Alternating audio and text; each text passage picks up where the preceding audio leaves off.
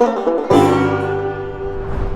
हम एक बहुत ही इंपॉर्टेंट कॉन्सेप्ट देखने वाले हैं। हमारे पास टाइम पीरियड की वैल्यू क्या आती है 2π√L/g। तो जैसे जैसे मैं लेंथ बढ़ाता हूँ हमारे पास टाइम पीरियड बढ़ता जाएगा। तो अगर मैं लेंथ की वैल्यू इनफाइनाइट कर दूँ तो क्या मेरा टाइम पीरियड भी इनफाइनाइट हो जाता है? और फॉर्मूला देख के ऐसा लगता है ऐसा होना चाहिए, लेकिन एक्चुअली ऐसा होता नहीं है। इसीलिए अब जो हम कॉन्सेप्ट देखने वाले हैं वो बहुत इंपॉर्टेंट हो जाता है। तो यहाँ पर हम बात करें एक लार्ज पेंडुलम की, उसकी लेंथ बहुत लंबी है। तो बेसिकली वो यहाँ कहीं बहुत ऊंचाई से इस तरीके से पेंडुलम लटका और यहाँ पे छोटे छोटे ऑसिलेशंस कर रहा है। ऑसिलेशंस कर रहा है, उसकी वो जो रेंज है वो इतनी है कि वो अर्थ के पास में ही यहाँ पर रहता है, ताकि उसके ऊपर जो ग्रेविटी लग रही है वो नीचे की तरफ लग रही है और उसका जो मैग्नीट्यूड है वो जी के बराबर रहता है ना। अगर मैं यहाँ से थोड़ा ज़्यादा दूर इस तरीके से आ जाऊँ, मान लो यहाँ पर आ गया, तो डायरेक्शन तो चेंज होगा ही होगा। डायरेक्शन तो चेंज हो गई, लेकिन अब देखो यहाँ पर अर्थ के सेंटर से उसका डिस्टेंस ही बदल गया है। तो ग्रेविटी की इफेक्टिव वैल्यू भी वहाँ पर चेंज हो जाएगी। तो उसको हमें कंसिडर नहीं करना। बहुत छोटे से डिस्प्लेसमेंट हम यहाँ पर कराएंगे, उसके हिसाब से हम कैलकुलेशंस करेंगे, है ना। और एक चीज़ का हमें और ध्यान रखना पड़ेगा यहाँ पर कि मैं जब डायग्राम बनाऊंगा तो मैं उसको काफ़ी ज़्यादा यहाँ तक डिस्प्लेस करूँगा, नहीं तो आप डायग्राम समझ ही नहीं पाओगे। अच्छा, पहले तो बताओ यहाँ पे पेंडुलम लटका कैसे होगा। तो हमारे पास एक एलियन है जिसने इस तरीके से पेंडुलम को लटकाया हुआ है और अभी ऑसिलेशंस कर रहा है। तो यहाँ पर देखो इसके ऊपर फोर्सेस क्या क्या लग रहे होंगे। पहली बात तो ये यहाँ पर इस तरीके से हमारे पास ऐसे ऐसे इसको मोशन करना था, लेकिन आप उसको ऑलमोस्ट लीनियर मोशन यहाँ पर मान सकते हो, क्योंकि ये लेंथ बहुत ज़्यादा लंबी है। तो आप इसको स्ट्रेट लाइन मान करके हम यहाँ पर सॉल्व कर सकते हैं। ठीक, यहाँ पर हमारे पास दो फोर्सेस लग रहे होंगे इस पेंडुलम के ऊपर इस तरीके से, है ना। और हमारे पास दो एंगल्स बनेंगे। यहाँ पर ये जो लेंथ है, इसकी लेंथ अगर L है तो ये भी हमारे पास लगभग लेंथ L हो जाती है। यहाँ पर हमारे पास ये है रेडियस ऑफ अर्थ R। अच्छा, यहाँ पर ये एंगल अगर थीटा है और इसको मैं बोल दूँ इस तरीके से अल्फ़ा, तो अब इसके ऊपर जो दो फोर्सेस लगेंगे उसके हम कंपोनेंट्स बना सकते हैं। देखो, एक फोर्स इस तरफ लगेगा टेंशन का T, दूसरा फोर्स इस तरफ लगेगा, कितना लगेगा mg। यहाँ पर मैं आपको फिर से याद दिला दूँ, इसको mg को आपको mg ही लिखना है, mg डैश नहीं लिखना है, mg, है ना।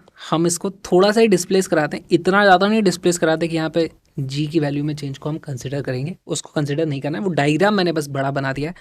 ऑलराइट, यहाँ पर अब इसके ऊपर ऊपर नीचे वाले फोर्सेस तो बराबर होंगे, सिर्फ इसके ऊपर इस डायरेक्शन में कुछ फोर्स लग रहा है। तो देखो ऊपर वाला फोर्स कितना होगा, यहाँ पर ये हो जाएगा ऊपर वाला, बना देते हैं इसको, ये इस तरीके से है कितना T cos थीटा ऊपर की तरफ है। नीचे की तरफ कितना है, नीचे की तरफ है mg cos अल्फ़ा, है ना। ऊपर वाला फोर्स और नीचे वाला फोर्स बराबर है, तो हमारे पास पहली इक्वेशन आ जाती है T cos theta is equal to mg cos alpha. अब यहाँ पर थीटा और अल्फ़ा बहुत ही स्मॉल है, theta and alpha are small. तो इसको आप अप्रॉक्सीमेटली यहाँ पर cos थीटा की वैल्यू 1 मान लेना, cos अल्फ़ा की वैल्यू भी 1 आ जाएगी। यहाँ से हमें क्या इक्वेशन मिलती है, T is equal to mg। Approximation तो यहाँ पर करने ही पड़ेंगे। अप्रॉक्सीमेशन तो हम जब ये एलियन ऊपर उड़ा था तभी अप्रॉक्सीमेशन स्टार्ट हो गए थे। ठीक है, अब इसके ऊपर इस दिशा में कुछ फोर्सेस लगे होंगे। कौन कौन से फोर्सेस लगे होंगे, देखो इस टेंशन का एक कंपोनेंट होगा इस डायरेक्शन में जो होगा T साइन थीटा, और इस mg का एक कंपोनेंट होगा, वो कितना होगा mg साइन अल्फ़ा। तो हमारे पास F की जो वैल्यू लगने वाली है वो हो जाएगी mg sine alpha plus T sine theta. Again हमारे पास थीटा और अल्फ़ा स्मॉल है तो हमें अप्रॉक्सीमेशन करना पड़ेगा, नहीं तो हमारा आंसर ही नहीं निकल पाएगा। तो यहाँ पर इसकी वैल्यू आ जाएगी mg इंटू साइन अल्फ़ा को मैं लिख सकता हूँ tan alpha plus t into ये जो साइन थीटा है उसको मैं क्या लिख दूंगा, टैन थीटा के बराबर, टैन थीटा। और ये अप्रॉक्सीमेशन हमने यहाँ पर इस तरीके से कर दिया है। ठीक है, अब एक बात बताओ जल्दी से, टैन अल्फ़ा की वैल्यू कितनी है। ये हमारा एक ट्राइंगल है, इसमें जो टैन अल्फ़ा है वो कितना है, दिस डिवाइडेड बाय दिस। अच्छा, ये तो मुझे पता ही नहीं है कितना है, तो एक काम करो, आप इसको मान लो ये यहाँ से डिस्प्लेस हुआ है इस तरफ x अमाउंट से। अब मैं बता सकता हूँ टैन अल्फ़ा कितना है।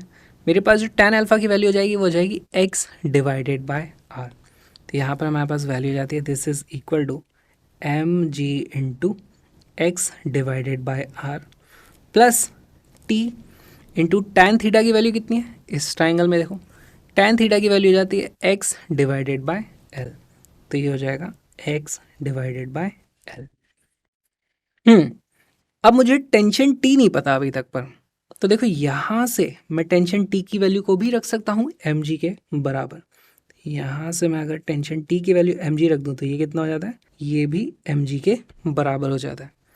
यहाँ से हम देखते हैं कि हमारे पास जो फोर्स है, अच्छा एक बात बताओ, अगर एक्स इस तरफ था तो फोर्सेस उल्टे डायरेक्शन में लग रहे थे, है ना, तो ये रीस्टोरिंग फोर्सेस हैं। तो अगर मैं डायरेक्शन को कंसिडर कर लूँ तो इसको मैं लिख सकता हूँ एफ इज इक्वल टू, पहले तो मैं लगा दूंगा माइनस मैग्नीट्यूड, हमारे पास इतना आ चुका है, मैग्नीट्यूड के मैं लिख दूंगा एम जी, और यहाँ पर 1/r प्लस 1/l को मैं कॉमन निकाल लूँगा, बच जाता है मेरे पास इस तरीके से x। ये आ गया मेरे पास फोर्स। अब आप ध्यान से देखो, फोर्स हमारे x जो डिस्प्लेसमेंट था उसके लीनियर प्रोपोर्शनैलिटी में रिस्टोरिंग फोर्स आ गया, इसका मतलब यहाँ पर SHM हो रहा होगा, और अब मैं इसका टाइम पीरियड निकाल सकता हूँ। तो अगर मैं फोर्स को ही लिख दूँ मास टाइम्स एक्सेलरेशन, मास से मास कट जाएगा, मेरे पास सीधे सीधे एक्सेलरेशन की वैल्यू इस तरीके से आ जाएगी कुछ। देखो मैं यहाँ पे क्या लिख सकता हूँ, acceleration is equal to minus g upon 1/r plus 1/l times x, और ये जो चीज़ होती है यही क्या होती है हमारे पास omega square, this is omega square. और हमारे पास ओमेगा आ गया है तो हम टाइम पीरियड निकाल सकते हैं। टाइम पीरियड की वैल्यू होती है टी इज इक्वल टू 2π/ओमेगा, हमेशा टाइम पीरियड की वैल्यू ये होती है। तो यहाँ पर देखो वैल्यू क्या जाती है, time period is equal to 2π, omega की वैल्यू कितनी है, ये हमारा ओमेगा स्क्वायर है, तो इसका मुझे अंडर रूट करना पड़ेगा, तो डिवाइडेड बाय अंडर रूट में हमारे पास वैल्यू आ जाती है जी इंटू 1/r प्लस 1/l, हमारे पास इस तरीके से रिजल्ट आ जाता है। अब ये रिजल्ट आपको याद करने की ज़रूरत नहीं है, यहाँ पर हमें इसके दो स्पेशल केसेस लेके चलने हैं। देखो अगर मैं L की वैल्यू ज़ीरो कर दूँ, है ना, L की वैल्यू ज़ीरो कर दूँ तो यहाँ पर क्या हो जाएगा, हमारे पास टाइम पीरियड में कुछ गड़बड़ हो जाएगी। तो आप इसको इस तरीके से मत सोचो, L की वैल्यू एग्जैक्टली ज़ीरो नहीं होती है, हम इसको इस तरीके से देखेंगे। अगर मैं पहला केस ले लूँ, L is much much smaller than R, अगर ऐसा केस है L is much much smaller than R, यानी कि R बहुत ही बड़ा है, R बहुत बड़ा है, तो 1/r को हम ज़ीरो कर देंगे, तो ये सिर्फ बचेगा हमारे पास g/l, और उसको फिर आप L को ऊपर ले जाओगे तो हमारे पास टाइम पीरियड का फॉर्मूला क्या आ जाता है, यहाँ से मेरे पास टाइम पीरियड का फॉर्मूला आ जाता है t is equal to 2π√L/g। ये कौन सा फॉर्मूला आ गया, ये तो वही फॉर्मूला आ गया जो हमारा सरफेस ऑफ अर्थ पे होता है, और वैसा होना भी चाहिए क्योंकि हमारे पास L is much much smaller than radius of earth हमने लेके चले थे। दूसरा केस देखते हैं, दूसरा केस जब L is much much larger than R, उस केस में क्या होगा, अब उस केस में L बहुत ही बड़ा है, लेट्स से L की वैल्यू बहुत बड़ी है, तो उस केस में आप इसकी वैल्यू अप्रॉक्सीमेटली ज़ीरो कर सकते हो। तो उस केस में हमारे पास वैल्यू आ जाएगी 2π√g था, और ये R ऊपर चला जाएगा, तो यहाँ पर टाइम पीरियड क्या बनता है, t is equal to 2π√r/g। Again ये जो वैल्यू है ये एक बहुत ही स्टैंडर्ड वैल्यू है जो बहुत जगह आपको रिजल्ट मिलेगा। जब भी इस तरीके की वैल्यू आती है तो यहाँ पे हमारे पास टाइम पीरियड की वैल्यू कितनी आती है, टाइम पीरियड की वैल्यू आ जाती है हमारे पास √2 आवर्स, या फिर इसी को लिखते हैं हम 1.41 आवर्स, या फिर इसी की वैल्यू आ जाती है अप्रॉक्सीमेटली कितनी, 86 मिनट्स। तो ये एक स्पेशल वैल्यू है, आपको याद होनी चाहिए। हमारे पास अगर पोलर सैटेलाइट होता है उसका टाइम पीरियड भी इतना आता है। अभी आप देखोगे अगर मैं यहाँ पर अर्थ में इस तरीके से टनल खोद करके इसको मास छोड़ दूँ तो वो जो SHM का था उसका टाइम पीरियड भी इतना आता है। बहुत जगह यही वैल्यू आती है, किस्मत से यहाँ पर भी वही टाइम पीरियड आता है। अगर हमारे पास इस तरीके से इनफाइनाइटली लॉन्ग लेंथ है तो टाइम पीरियड की वैल्यू इनफाइनाइट नहीं होगी। इस फॉर्मूले को देख करके लगता है L की वैल्यू इनफाइनाइट करोगे तो टाइम पीरियड इनफाइनाइट आएगा, लेकिन ऐसा नहीं है। टाइम पीरियड की हमारे पास एक लिमिट आ जाती है जो है 86 मिनट्स। अच्छा, टाइम पीरियड में इसमें पेंडुलम की जगह हम और एक चीज़ कर सकते थे। देखो मान लो हमारे पास यहाँ पर पेंडुलम नहीं होता, है ना, इस तरीके से मैं एक स्लाइडर यहाँ पर रखता, स्लाइडर में मास फंसा देता और मैं बोलता यार इसको अब मैं इस तरीके से आगे सरका दिया है तो ग्रेविटी इस तरीके से लगेगी इसके ऊपर, और इसके ऊपर फिर ये कुछ SHM करेगा क्योंकि उसका एक कॉम्पोनेंट है।